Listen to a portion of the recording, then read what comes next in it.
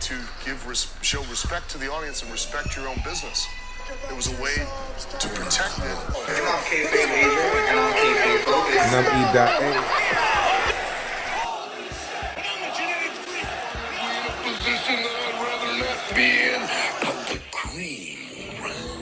It's Kayfabe Avenue. Ladies and gentlemen, heels and faces, casual wrestling fans, and all you smart marks. I'm Kayfabe AJ. I'm Kayfabe Focus. And I'm E.A. And this is Kayfabe Avenue. And today we bring you the AEW Wrap Up, where we get the best shows of the week, the most important things happening. We talk about it, we review it, we discuss it. So let's get into it. Well, before we get into it, a little elephant in the room. We've been on like a big break. Yeah, for a while. Yes. A little bit to do with the pandemic, a lot to do with the fact that the wrestling content has just been cringe, really cringe, particularly in the WWE side of things. So we're probably going to have a big decrease on WWE related content until they decide to actually give a fuck about their show. Yeah, so you trying to say we're not going to review Raw no more? Did you ever review Raw? Yes. Barely Yes. ever. That was I remember those episodes. We spent week in and week out just criticizing WWE. Everything was becoming a negative, and we got tired of shouldn't just work on bashing all day and being negative. It should be fun.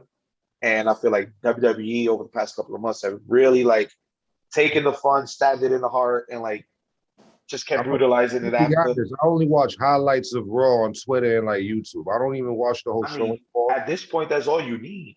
And then on SmackDown, I will probably just watch like 1-2 segments, maybe like an hour tops, and then call SmackDown. All you need to watch on SmackDown is the Tribal Chief. Like, they don't have literally that's it. They don't have nothing interesting right now, and I don't want to come up in here and bash the whole hour like it's a waste of energy. It's a waste of energy. It's a lot of episodes just repeating ourselves, regurgitating the same information. So that's why we've been on a kind of a hiatus, and that was also stemming into AEW.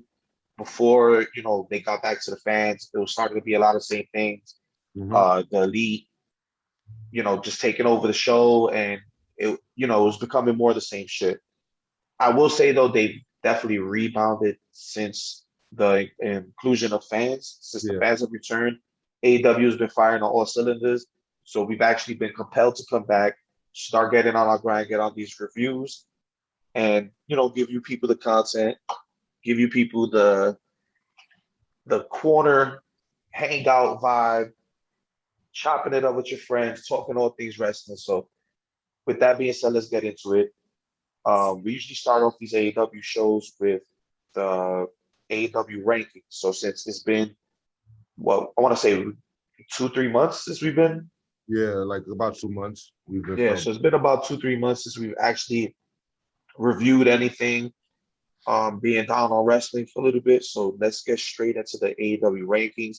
Of course, the AEW rankings are updated every Wednesday before Dynamite. So they actually reflect the week before, not everything that happens after Dynamite. So let's share the good old screen and see what the rankings look like. All right. So as of Wednesday, August 18, starting off with the men's rankings. Can you guys see that? Yeah. Okay. All right. So we have AEW World Champion Kenny Omega at 6-1 with overall 49-13. That's a great record.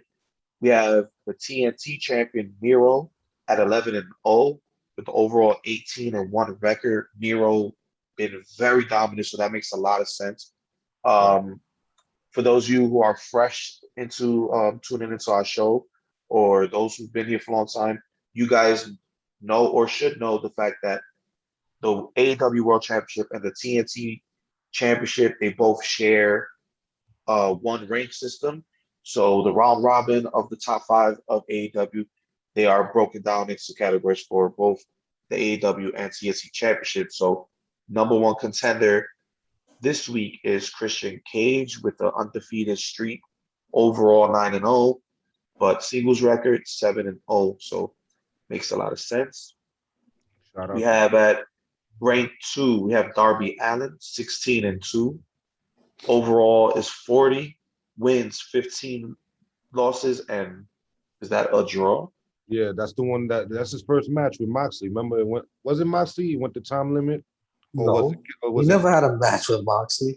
He had a match with somebody that went to a time limit draw. I forgot. No, I'm pretty sure he did have a match with Moxley, but I don't think it went to a draw.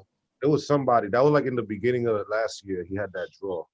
Yeah. So I ranked 3. We got Orange Cassidy, 13 wins, 1 loss, 1 draw. Overall, 35 wins, 12 losses, and 2 draws. At rank 4, which I never understand how this guy is always on the singles ranking. Jungle Boy at 13-2. Well, he has the most wins on the record. He was the first person to receive an award in AEW for, I think, hitting over 50 wins. So 57, 28, and 1 in his overall career. But have you guys been seeing a lot of like Jungle Boy singles matches? Have it been happening on Dark?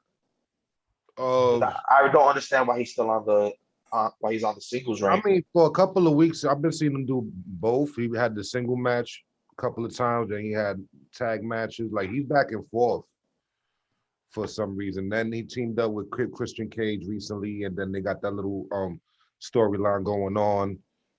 So I don't know, but he has been on fire. Like he's one of the most over new guys, young guys in the company. Yeah, but like don't quote me because I haven't been watching Dark faithfully, but I had, from what I've gathered, he's been caught up in the storyline with what's his name, Luchasaurus, and the tag team title situation.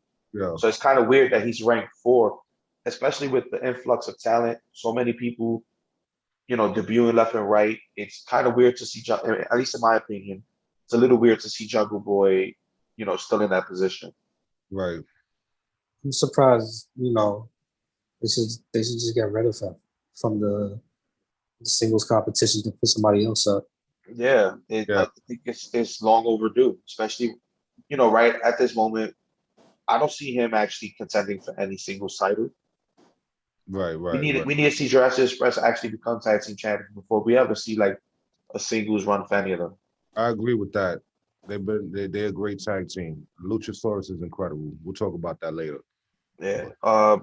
So I ranked 5. We have Powerhouse Hobbs with 13-2, overall 26-13. So good look for Hobbs. I haven't seen a lot of activity on Hobbs' part, so it must be happening on Dark. Yeah, he had one. He had one last week. That was it. He killed somebody last week. Like he's a beast. As he should. I ain't seen all I'm gonna say is that Lance Archer should be on this list. Right. Especially coming off of his win with John Moxley, his New Japan Pro Wrestling U.S. title win. Yep. Like he definitely should have been on his rankings. Yeah. So it is what it is. Any last comments on the men's rank? It's trash. I mean, no, it's a 5, right? Like you always say. Well, obviously there's 5 there, so I ain't got nothing. I'm not tripping too much over it. It makes kind of sense. Maybe Jungle Boy could get itched out for Archer, but that's about it. All right, so let's move on to the women, which from history is the most accurate rankings in AEW. So we got the doctor herself, Dr. Britt Baker, DMD, with 13-1. Yeah, bro. Overall 31-14. That's a great record. Yeah, she's on. And of course, the overalls is for the entire AEW career, so stemming this whole 2 years of activity. So that's pretty good. Yeah. At rank 1, we got Chris Statlander. It's wonderful to see her up there, 14-0. We have Thunder Rosa at number 2, 23-2. Still waiting to see Thunder Rosa get that title shot against Britt Baker. It's coming. So, Yeah, it's definitely coming, but I think it's time for Chris Statlander to get some shine. So that's cool that she's number one. We have Tay Conti, 22-3. We know Tay Conti's been blasting her way through these rankings all year. She's on fire, bro. Like she's been winning and her match has been and great. Like it's a totally different person from when she was at NXT to now. Like it's crazy. Like we always talk about it, how much they dropped the ball with her. We didn't realize how talented she was until she came over. So shout out to Tay. You know what I mean? She's doing her thing. Well, I mean, that goes without saying. Our intro pretty much summed that up today. WWE's been really, really trash. Like, it's not even coverable at this point. Yeah. Um, Pieces like that's a whole nother episode we gotta talk about. yeah, we'll get back into it. Like we said, we're back. We're gonna try to get into the flow of the shows. Probably get into more topical things since we're not gonna be covering the Raws and SmackDowns faithfully anymore. So we'll have a chance for discussion. At rank number 4, we have Hikaru Shida with 12-1. Great overall, 46-9. She was the former AEW Women's Champion. So I don't think I'm too happy seeing her climbing the ranks already. I feel like she needs to be like far from the title picture. I'm gonna just say Abaddon got more wins than her. We'll check the rankings and see what is hitting for. I know that for sure. Like, yo, bro, she never comes out. She's been kind of quiet since she lost. She had those that dark match with Kira Hogan. That's the only thing I remember besides her dropping the belt to Britt Baker. She's been quiet. Like she hasn't even been making appearances like that on Dark. She have like one match a month. That's what I'm saying. Where the fuck she got 12 from? No, that she slowed down since she lost the belt. You know how AEW does? They pat their stats just to make something that doesn't make sense finally make sense. And lastly, we have Penelope Ford at rank 5 with 11-2. I'm glad she's the ranking. She's getting some wins up. So shout out to Penelope. I don't see Britt Baker losing to any of these women outside of maybe Thunder Rosa. Thunder Rosa makes the most sense. For her to drop the title to her, it will make the most sense right now. Even though I don't see her dropping the title like anytime soon. I see her going through Revolution or probably even to the next what's that casino pay-per-view they have? Double or Nothing? Double or Nothing. Yeah. I could see her going all the way through Revolution or Double or Nothing. Any last comments on the women's rankings? It's trash. Yeah, I ain't tripping. All right. Moving on, we got the Young Bucks with 9-1. Tag team champions. We have the number 1 contenders, Jurassic Express, with 9-1 as well. We have the Varsity Blondes at rank 2 with 16-4. The Lucha Brothers are 7-0. The Private Party, the Trash Party, is at 8-1. Whoa. You see what I see? FTR 6-0 still. Do you guys see what I see? We haven't covered this shit. Well, in about 2 months. All I'm gonna say before you get into it is that AEW has the best tag team divisions in the world. Granted, because you don't even have to wrestle to be on the ranking system. What's funny though, right? I was on Facebook. I was on the wrestling forum, and they're talking about the AEW rankings. Oh, AEW makes so much sense. So I'm like, really? So explain to me how FTR stood on the ranking systems while barely having any matches and then flip-flopping losses between them and the inner circle. It makes no sense. And 2 months later, the proof is still there. They must really have it in their contract that they're stuck in the top 5. They beat Private Powerful 2 weeks ago. Remember when Son got injured on his arm? Right. They're trading wins and losses between them and the inner circle. They haven't beat Private Power. I'm pretty sure if we go into the tag teams and we go into the overall roster, there's a tag team with more wins than if you want to go by wins loss record, the Claim should be number 1. They should be number 1 because the Claim has been. If it wasn't for Max Caster's idiot comment. We'll talk about What that. the fuck you mean, idiot comment? He was rapping, nigga. The fuck That you was talking fire. about? That was fire. I mean, you know what? I'm That was bars. gonna say this about it. We'll talk about that later. We got a segment where we can talk about that. All right, well, I would say Got if Max Caster was still around here, the Acclaim would definitely be in the top 5. But FTR wouldn't be here if they didn't That's do not that. true. FTR has been like low in rankings and still has No, I that would fifth say spot. Acclaim will be above them. I'm saying Acclaim will Right. be. But even before, when we were doing the show faithfully 2 months ago, the Acclaim was already above them. And them, And never hit the tag team rankings above FTR. There got to be another tag And team out there that this got more proves my wins. point. I was telling the guy on There Facebook, isn't. we cover this every week. The rankings don't make sense. The only time it makes sense is when Tony realizes, oh, we got to pat this person's stats. So they're just going to get a couple wins on Dark. So then the rankings make sense. But in a lot of situations, the storyline overpowers the rank. So the guy's like, oh, no, the rankings are foolproof or whatever the No, case they're may not. be. I'm like, okay, so tell me how FTR stays on this rank system. That was the exact example I had. Right. Oh, Tony Khan said the quality of wins. And I'm like, so Who that's are they another way of facing? saying, So who are they facing though? Because it's not right, but I'm saying, nothing noteworthy. and After I told him, oh, well, that's a nice way of saying storyline overpowers the rank system. The quality of wins. How do you judge the quality of wins? Like, really, how do you judge quality of wins? What stipulates my win was better than your win if it's just a win? Yeah.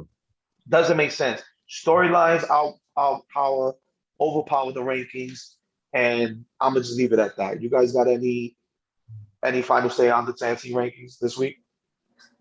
All I'm gonna say is FTR has in their contract that they're always on the tag team power rankings. That has to be a fact. That has to be a fact. I've been telling you guys this for months already. I want to do a quick prediction. I think because next week they got that fatal 4-way tag for number one contender. The eliminator. I'm going for the Boston. Let's go in order. Let's go in order. We got a lot to talk about. We got a lot to unpack. So let's go in order. Any last thoughts on the rankings? Just trash. I don't have nothing else to say. I'm just gonna say Boston. Trash all around. Oh, well, my last thought. Obviously the women's ranking is always the most accurate, and 2 months later, it remains that way. Yep. Trash. All right, so that was the rankings. Let's move on to the first episode of Rampage. Yeah, I missed it. I'm gonna watch it after we done, but I missed it. So this is all. So Rampage is their new secondary show, second to Dynamite, and this one is just an hour long, straight to the point. I guess that was the whole point of making the show. Straight to the point, 3-4 matches, 2 promos, no fluff, no filler. Let's go to show what it is. It's the main event for Dark and Dark Evolution.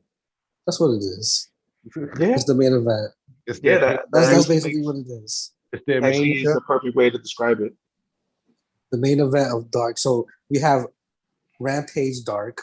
So let's keep it going. All right. Well, I won't compare it to what you're saying is accurate, but I won't compare it to a Dark because this episode felt important. And where Dark suffers in that regard is that not every match feels important.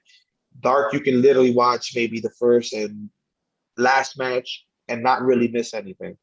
So Rampage, judging for this first episode, at least in my opinion, this is like a must watch. Like I have to tune in every week to see where the storyline is going. And for once, they finally got, unity between their own shows. Whatever happened on Dynamite builds up for Friday or finishes on Friday. So the Dynamite before this episode of Rampage, we had a promo between the Elite, Christian Cage, and Luchasaurus, Jurassic Express. I was gonna call him something else. But Luchasaurus? no, I was gonna That's fucked up, man. Why would you say I some shit was like gonna that? He's call a it good wrestler. Luchasaurus Party. The Luchasaurus party. You know what? I'm done with this shit. Fuck this shit, man. Disrespect. Fuck this Disrespect. shit, man. we had a promo to build up the first matchup for Rampage, and that would be Kenny Omega versus Christian Cage. And ironically, Christian, being the number one contender, chooses to, I guess, speak to Tony and get himself an Impact Championship match ahead of his AEW Championship match at All Out. That I don't agree with. That's the only aspect of this match I didn't agree with. But That's this whole match on Rampage takes away from the match at All Out. it does. It does. And Like that. Now I don't even feel obligated. Like, you know what? That shit just brought it right down. Now I'll see a podcast show up at fucking All Out for it's actually and good. that's how I felt. When they announced this match, I thought, okay, let me get into my fantasy booking mind. Hold up. Technical difficulties. So I was saying, I was like, let me get into my fantasy booking mind. Why would they have Christian Cage 2-3 weeks before his All Out Championship match fight for the title for the Impact Championship on Rampage? Besides obviously getting viewers, besides obviously bringing in a crowd to get a high marquee match, I figured maybe Christian Cage gets taken out sometime during this match, which would lead to not having an opponent at All Out for Kenny Omega. Right. With the second episode of Rampage being dubbed as the first dance, which makes absolutely no sense to me. Outside of This is the second episode. Yes, This is the second episode. But the first dance. So it was the first episode just coming in or something? The intro. Niggas just standing around on the wall or something, I guess. I don't know.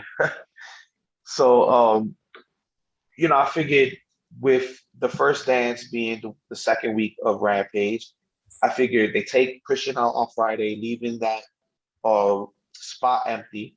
CM Punk makes his debut on the first dance episode of Rampage, and then that will lead to a CM Punk versus Omega match at All Out. That's not the way they went. Obviously, that's not the way they went. Christian and Omega have a decent match. I feel like it was kind of like overhyped. They tried to make it seem like it was a classic, and I feel like it was just a decent match. We had the Elite kind of interfere, set up a steel chair, and Christian hits the kill switch on Omega on the steel chair, which leads to him getting the 1-2-3 for the Impact Championship. So now the Impact titles, both of them, are in the possession of Christian Cage. So it's like, not only did the undefeated, unpinned champion just lose, he lost 3 weeks before he's supposed to defend the other title. Yeah. So that didn't make sense. But then Tony Khan wants to tell AAA, don't let Kenny Omega lose the AAA championship because it's too soon. Don't you think him losing the TNA Impact Championship was too soon? So you want to know why Impact wanted it? Because they wanted Kenny for the next pay-per-view, which is Rebellion. I think is in like around the same time. I was All Out, so he had to drop the title. Because as soon as Christian won the championship, they announced Christian versus Brian Myers at Rebellion. Yeah. I think they just wanted somebody with like an Impact legacy. You know what it was? They booked themselves into a corner, and when shit actually hit the fan, they shit the bed and they gave us this piece of shit. The match was that's actually what it was. I mean, the match was actually decent. The booking, the match was easy. Decision, it doesn't make no sense at all. Yeah,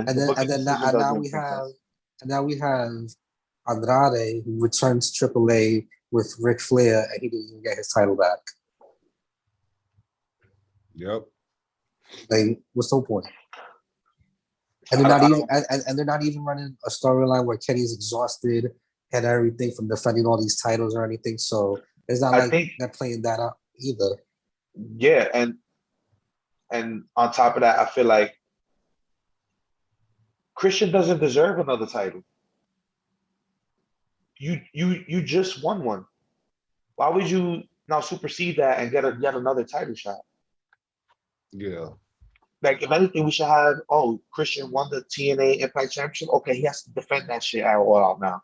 So now let's get an eliminator tournament, or we bring in the, rumored CM Punk or rumored Daniel Bryan.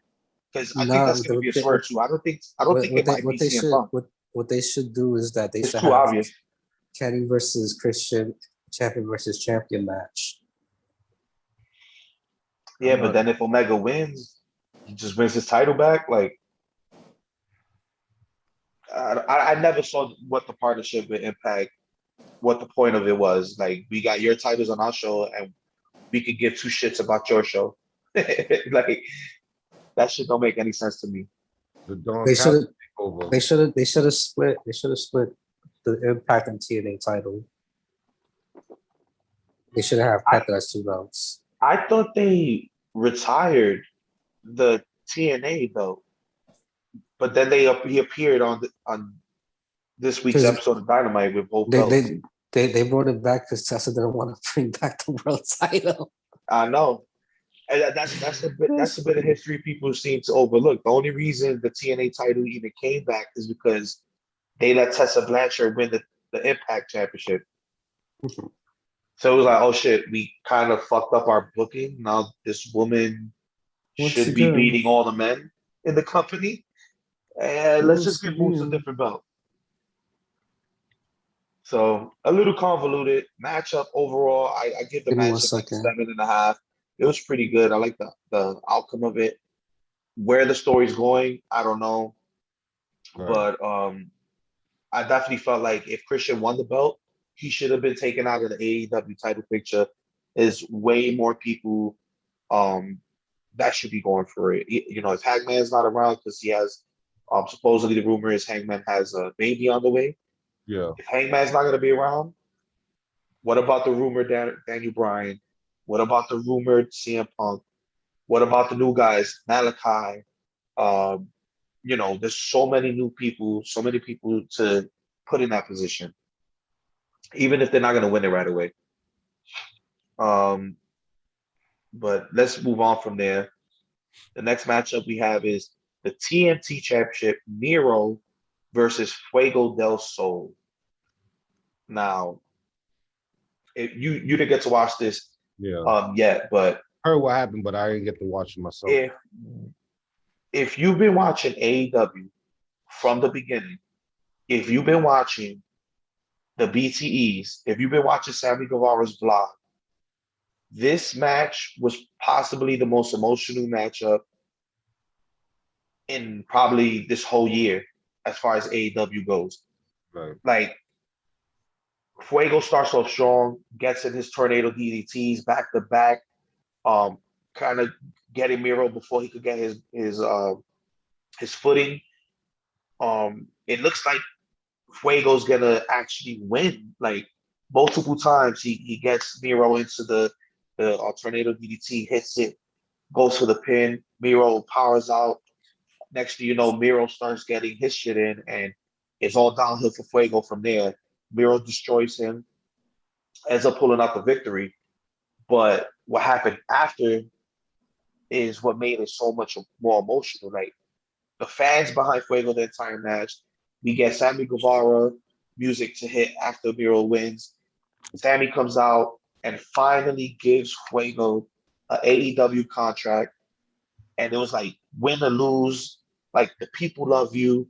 And this is why, like, you're going to have this contract. Honestly, I teared up a little bit. Like, it was like, I've been watching Fuego week in, week out on the vlog, and literally had no contract, was not an AEW contracted wrestler, was sleeping in Sammy Guevara's dressing rooms and hotel rooms and stuff like this, and not even guaranteed a match or not even guaranteed money, but he was traveling with AEW. He was there during the entire pandemic era. So, I felt like it was well deserved. It got me a little bit emotional. And it was like, this is one of the reasons we watch wrestling. And I'm going to say that again today. There's another reason why we watch wrestling, the type of stories, the type of emotion that we get attached to. This week, that was one of the biggest reasons.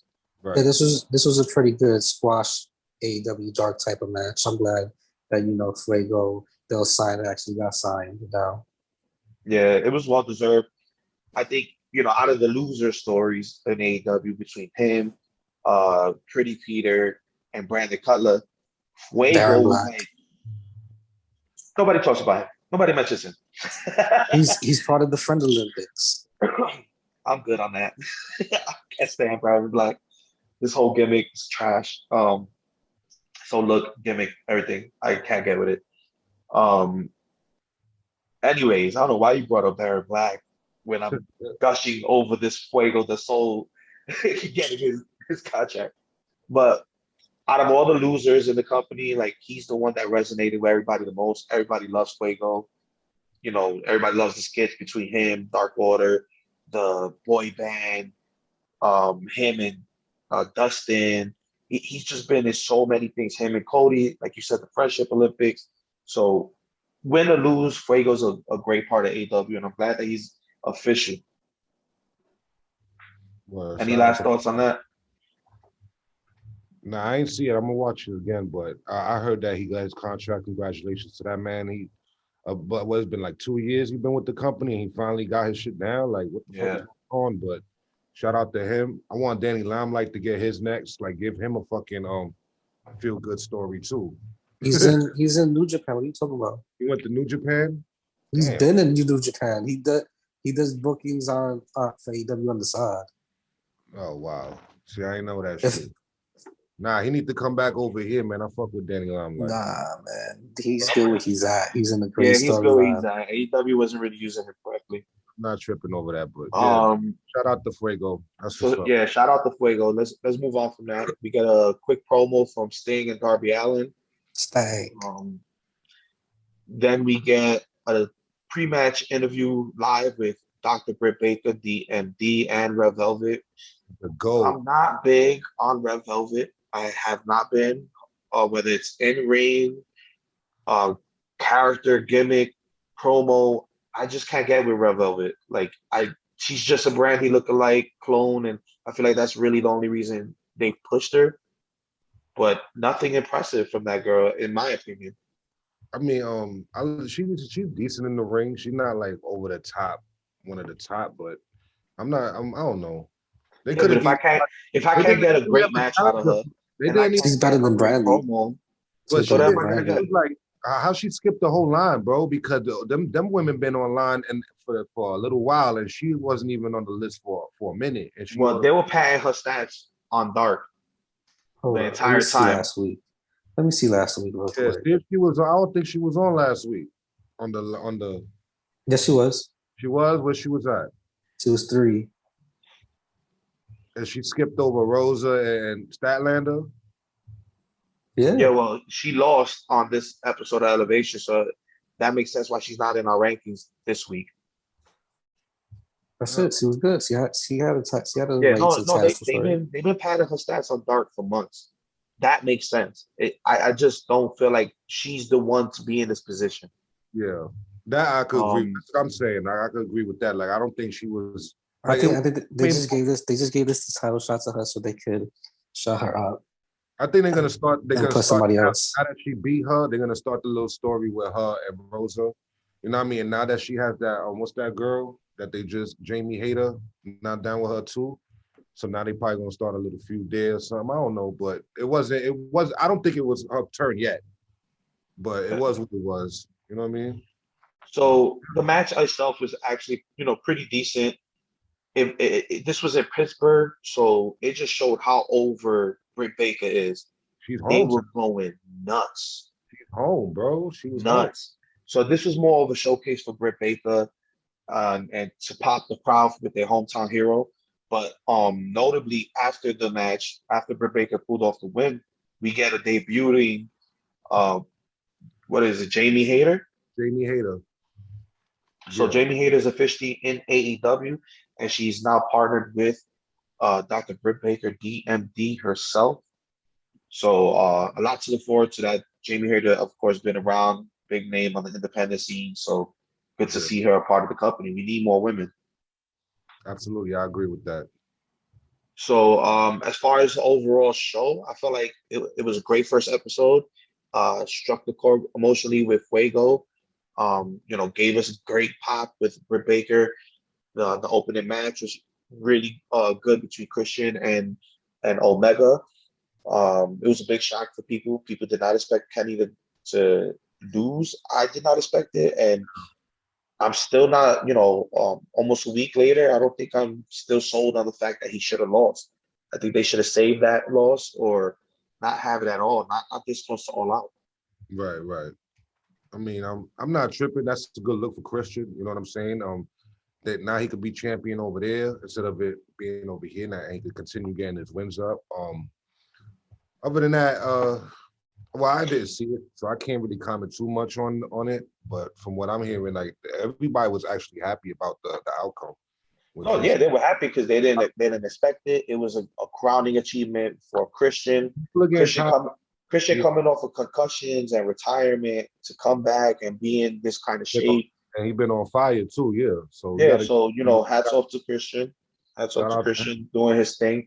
One of the vets. It's a privilege that we even get to see him wrestle at this point in his career. So Yeah, um yeah. So looking forward to see what happens with that TNA he's a Impact champion all Championship. over again. He's a champion all over again. So that's what's up. You know what I mean? He came back, and this is a redemption story, if anything. So Yeah. shout out to Christian. So before we move on to the rest of the show, we're gonna cover AEW Dynamite for this week. Let's take a quick break to our sponsors, the people that keep the lights going, keep this Kayfabe Avenue train moving, and we'll be right back after these messages.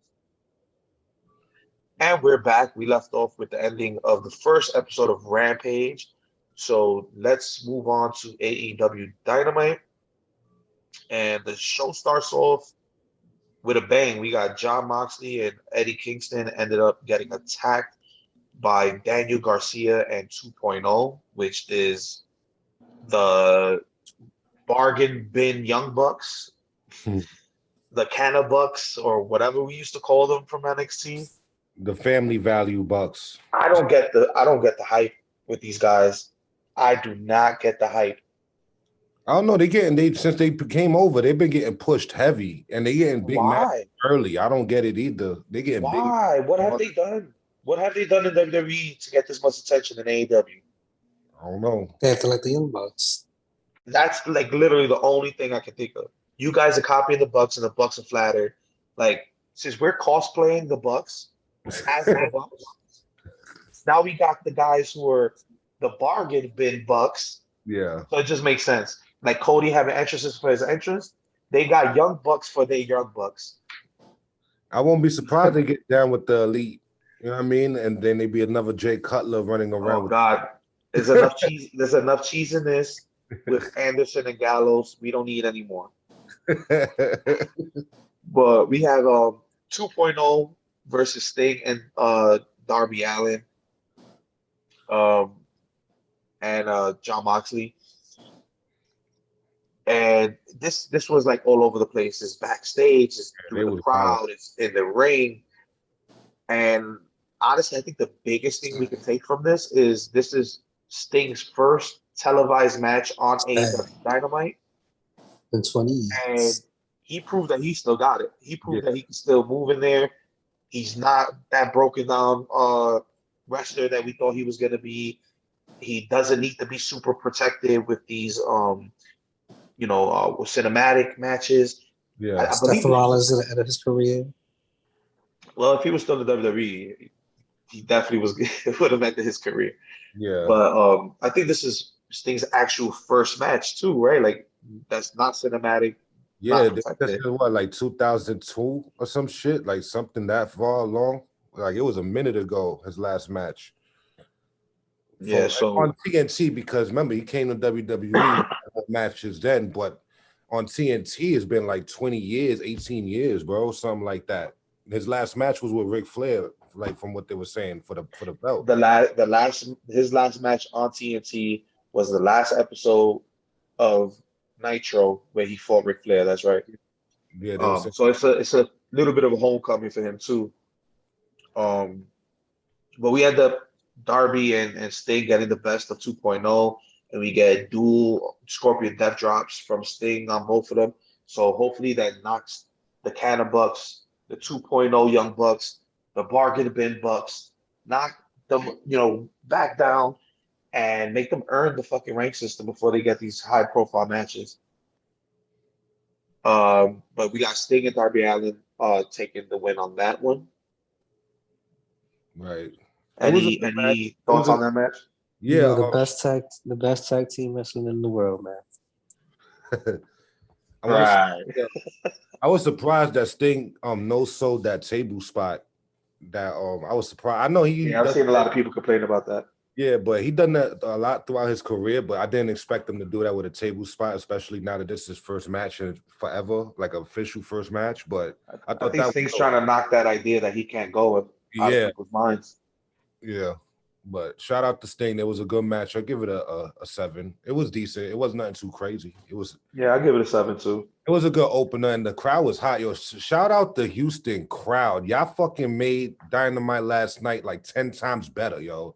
Mm-hmm. Y'all fucking was amazing last night. Shout out to Houston. You know what I mean? We'll get to the fans and the reason why this is why we watch wrestling. Shout out to Paul Wall. Shout out Paul Wall, the people's champ. You know and Mike Jones. Another shout out, let's shout out Sammy Guevara, who just proposed to his girlfriend. Yeah, if anybody watches Sammy Guevara's blog, definitely know about his girl. So congrats to them. They're gonna get married. Yeah.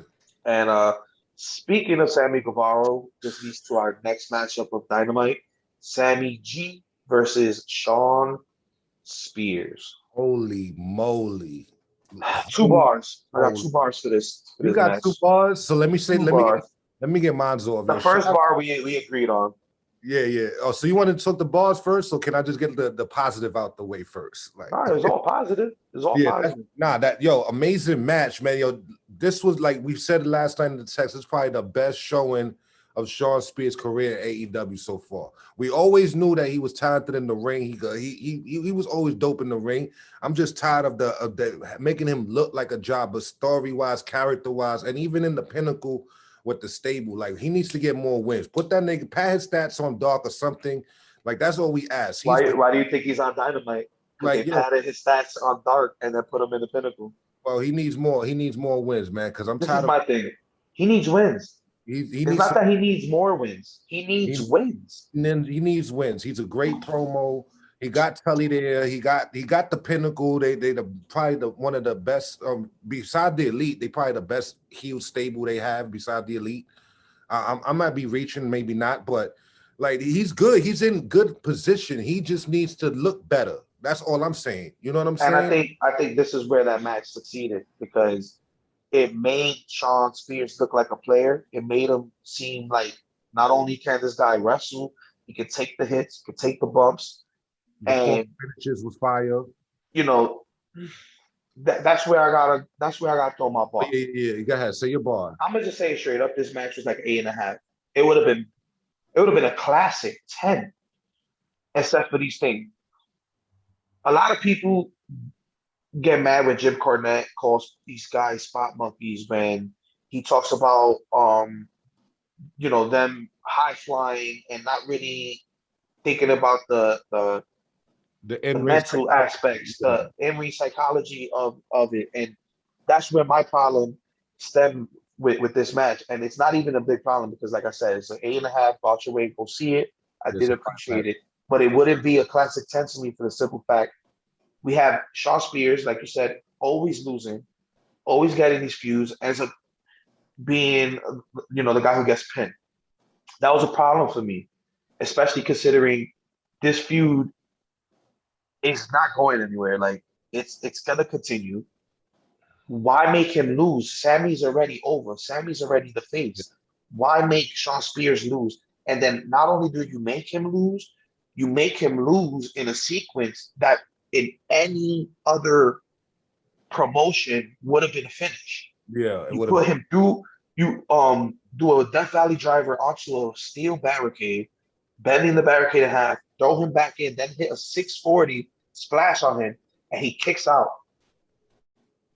I got up. I'm like, wow, what the hell? What? Yeah, The for real. commentary saying the same thing. That's cool.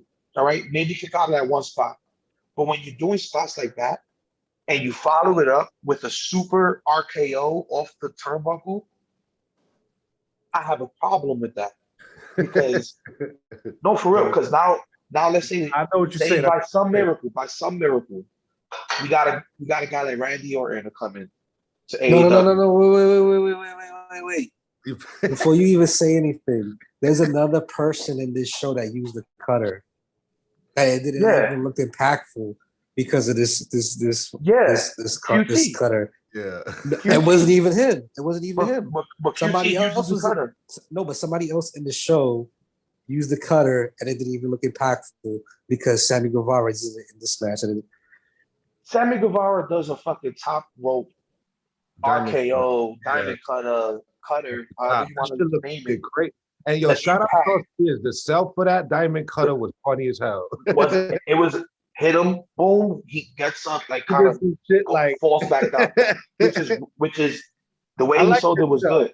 I like his shot. Selling. When you hit high impact moves to that extent, you diminish the move. Yeah. And this is where I got to keep agreeing with Cornette. And my critique when we was talking about it after the show finished, I said the match was amazing. I liked it. Yeah, that was a match. But if they had 5 more minutes, just 5 more minutes to sell, if we would have had a few more seconds after the RKO off the turnbuckle, if we would have had just a couple more seconds of Sammy, selling, damn, my back hurts, landing after this move, and Spears, kind of crawling his way back to his feet, that would have made everybody way more invested, and that's where they suffer. You go from the barricade spot straight into the 640, the super RKO, and then you hit his version of go to sleep for the finish. GTH. Cool, the GTH, but that's cool and everything. But you didn't have to hit all those moves within 2-3 minutes of each other.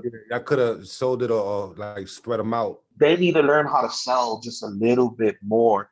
If you're gonna do spots like that, just give us a few seconds of you crawling, struggling to get up, using that shit the ropes. killed you too. When you did like that would have been perfect. Like the diamond cutter, he would have just played off the floor and then like a crawl pin, and then he would have kicked out. It would have made more sense because it was a pin. Exactly. They need to start selling the tiredness.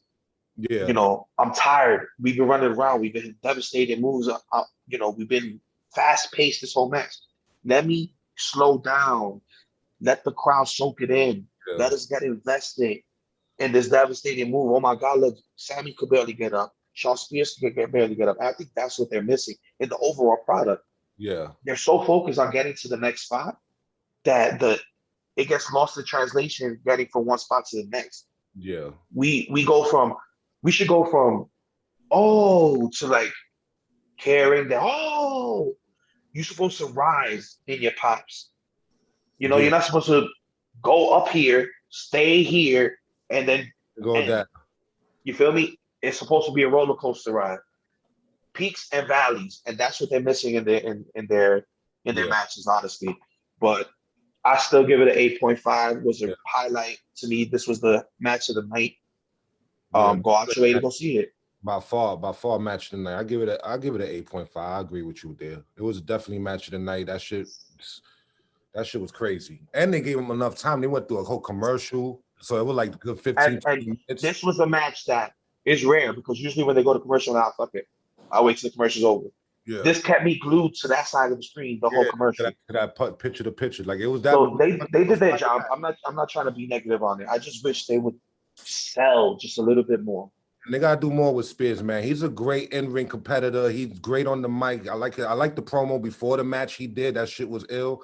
Like we gotta do. He throw the pot shot at Sammy's. Yeah, we got. You know what? We gotta do something with Shawn, man. We got Spears. I'm gonna just say Spears should just go to Impact. It'll be he would legit be the best world champion on Impact. Because he ain't hitting no world title. You know how I feel about Impact.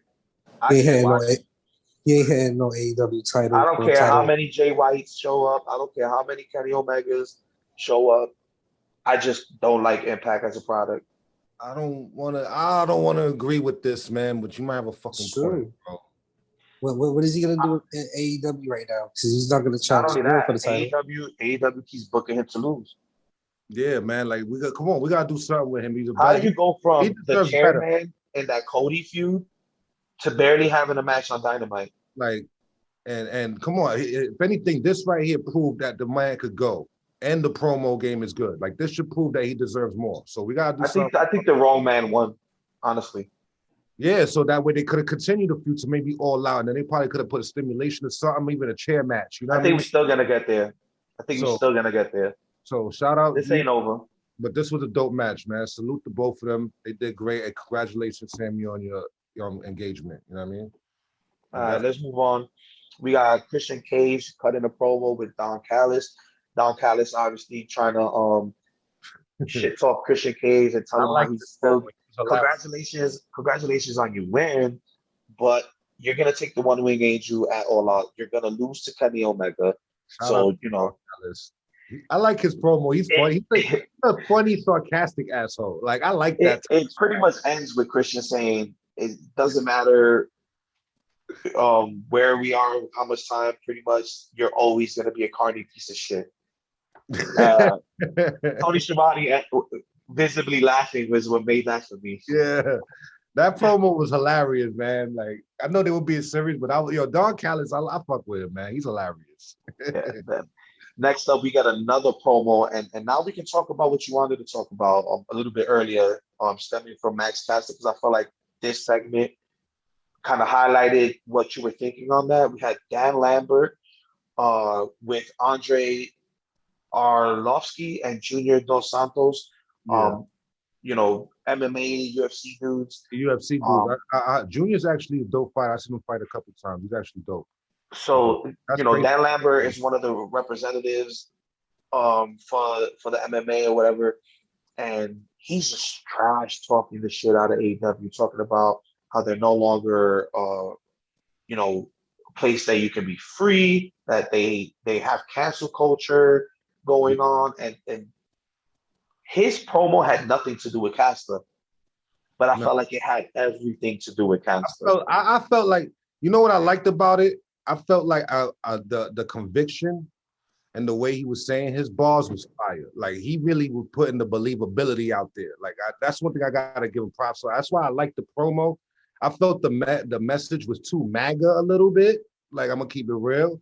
Yeah. But I did like the way he was saying it, like his approach. I just didn't like it that much. I like the promo because, like I said, it hit home for me, feeling like, why did they just cancel and suspend Max Caster for being a heel and saying some heel shit, getting the heat? That's his fucking job. So I mean, he's on the back burner now. I feel like this promo, even though it had nothing to do with Max, it hit home. Yeah, and I don't know, like, well, we'll figure out what happens with Max later, but I felt like it was a little out of line. Like they could have done something more or less than 2 months suspension and all this shit, and then I don't know, but he's young, he's gonna be all right, Caster. But yeah, as far as this promo, I thought it was all right. It was just a little bit. Well, I hope they bring him back sooner rather than later, honestly. Yeah, but the message was a little bit too cringe. But I did like the promo. I liked the way he approached it, like his approach and the way his believability and conviction was fire. Yeah, that's about it.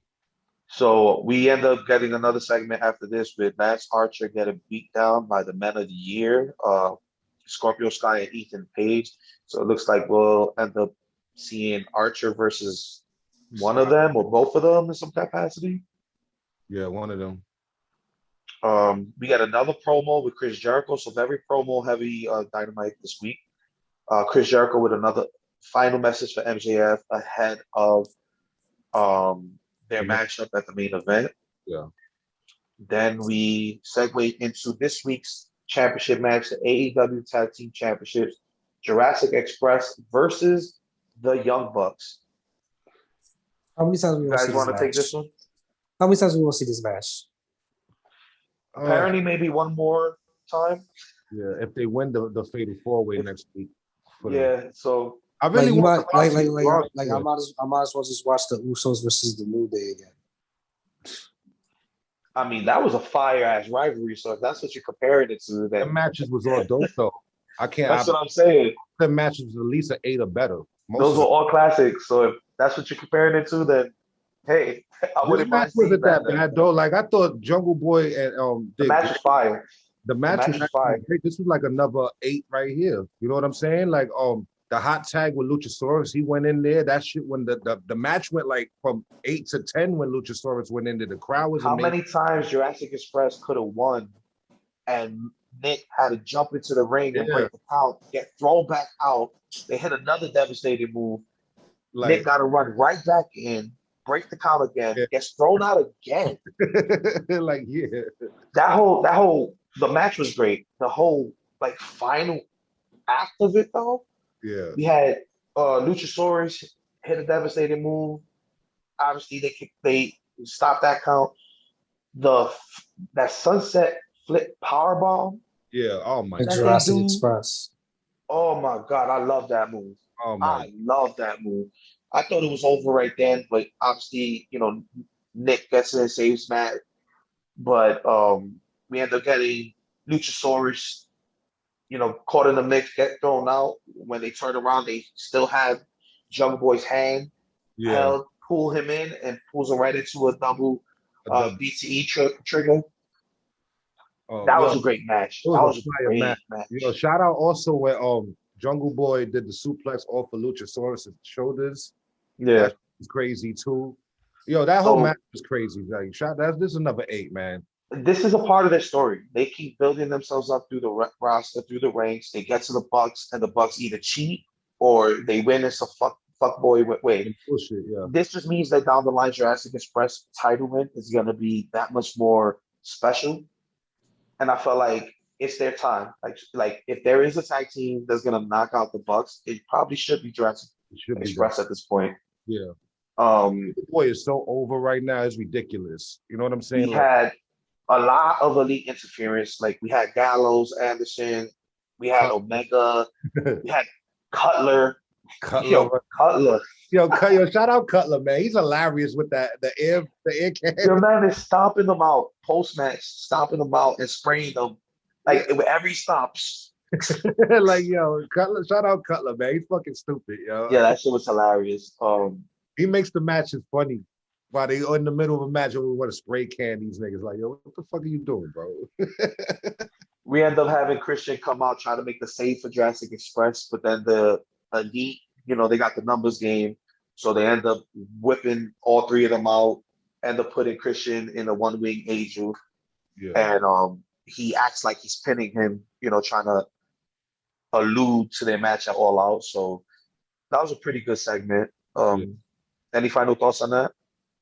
No, I give it an 8. Dope match. You know what I mean? Like, I can't What wait about for you, Focus? Jurassic Express to win the belts. It's coming. I can't wait until they give somebody else new a title shot.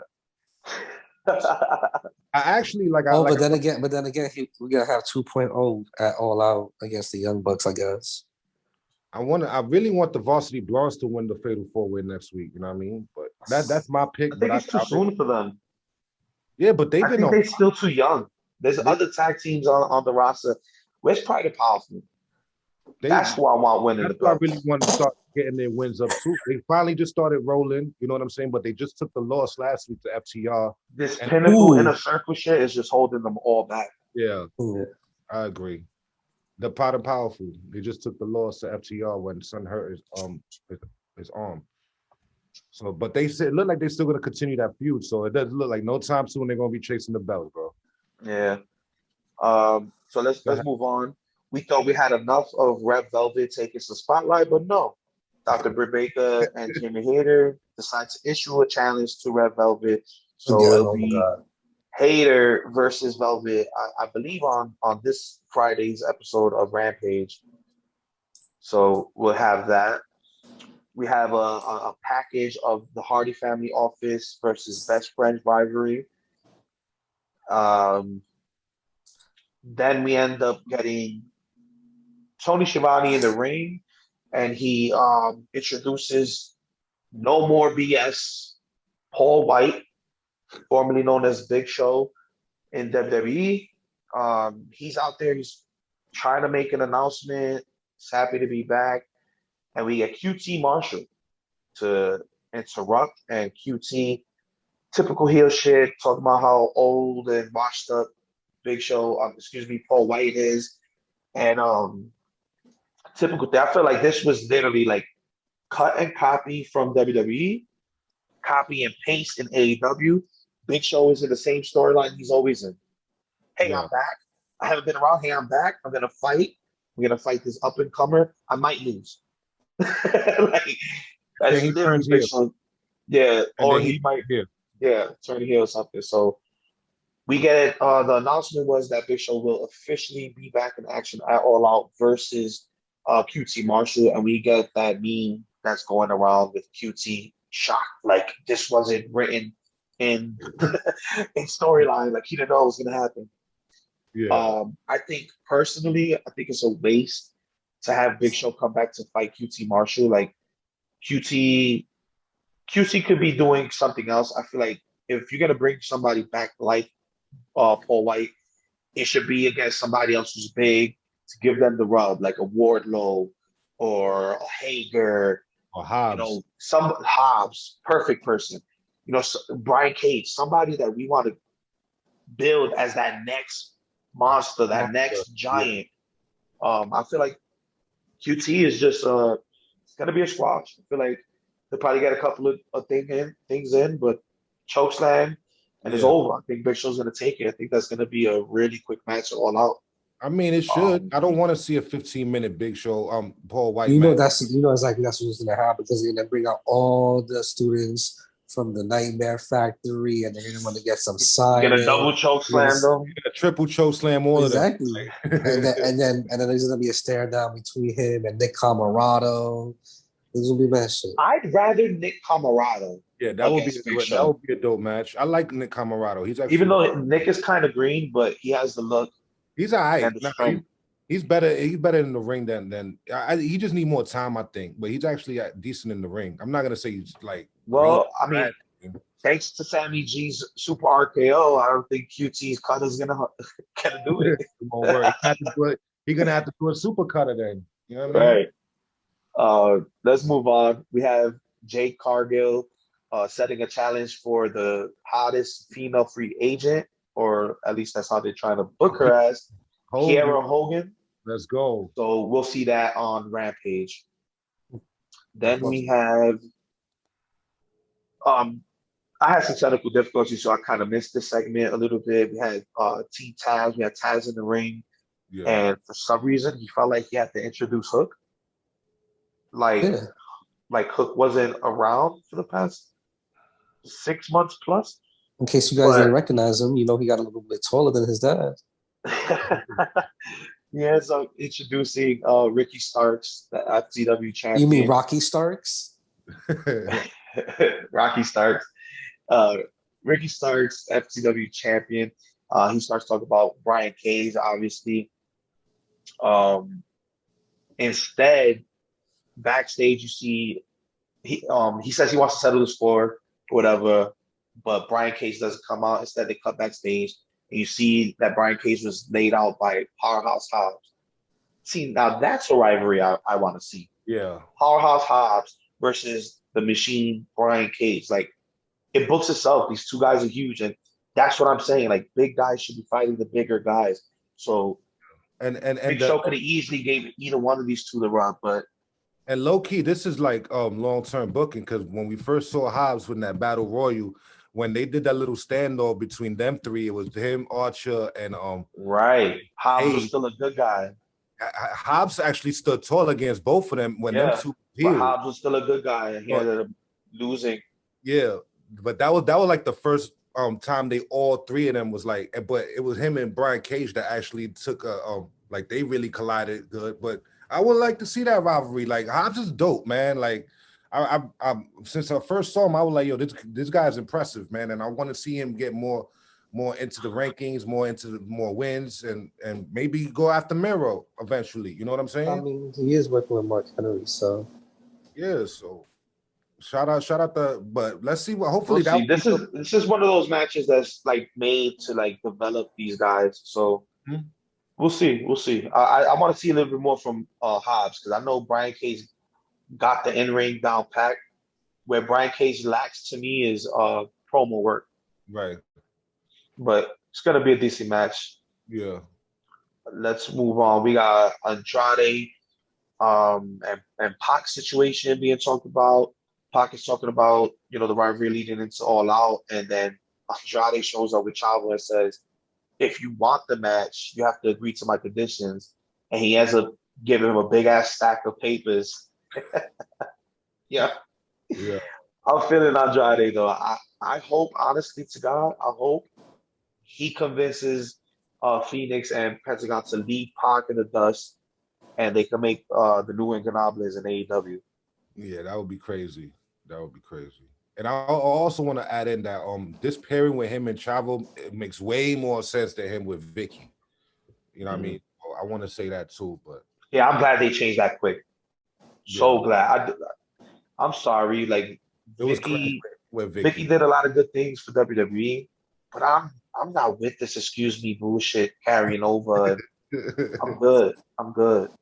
Yeah. Um, we move on. We find out that the Elite is going to have to defend their championships against the winners of the Eliminator tournament, with the tag teams being Private Party, Varsity Blondes, Lucha Bros, and Jurassic Express. Then we move on. We have Penelope Ford versus Thunder Rosa. Thunder Rosa obviously having a great match. Penelope looked pretty decent. Yeah. Can't complain about that. It was really good on her part. Yeah, she Big did great change. selling. She did great selling this match, Penelope. So because it looked like Rosa was really stiff shotting her, but she sold the shit out of him. So shout out to her. It was a decent match. I give this like a 7. It wasn't nothing too crazy. It looked more like a squash, if anything. Like Rosa dominated her most of the match. Yeah, there was a couple points where they were doing like technical reversals and going in and out of submissions, leading to Thunder Rosa putting her in this awkward like leg lock. It was like a sideways Yeah. STF, if you want Yeah, it was to call it that. it was like weird, but it looked effective enough. But it was a good match. Obviously Thunder Rosa picking up the win by submission. So obviously I want to see Thunder Rosa get into that title picture like we discussed earlier in the show. I want to see her versus Britt Baker. So hopefully we get that sooner rather than later. Yeah, that's coming. That's coming. Next up, we got Tony Schiavone talking to Arn and Brock Anderson, and they pretty much just laid the challenge for Malachi Black next week on Dynamite. So look forward to that. That's gonna We get Miro cutting yet another great promo. He's been on fire with his promos. The Redeemer Miro is seeking Eddie Kingston. He took his Dusty classes. Yep. So cutting a fire promo, and he has his eyes set on Eddie Kingston. So we'll see that. I'm not sure if it's next week. probably. Probably or probably the following. Yeah. I don't think it was Yeah. announced. So it was just it wasn't announced. It was just a call out. Then we get a great promo from John Moxley, and he's just putting everybody on notice that he's he's been the champion in the probably most questionable time with the pandemic, and Kenny Omega is the champion now, but he has to have a whole group of people to protect him from losing that belt. So just a lot of banging on my chest ape shit on John Moxley's part. Great promo though. Yeah, his promo game is top notch. He ends up challenging Daniel Garcia to for the main event on this Friday's Rampage.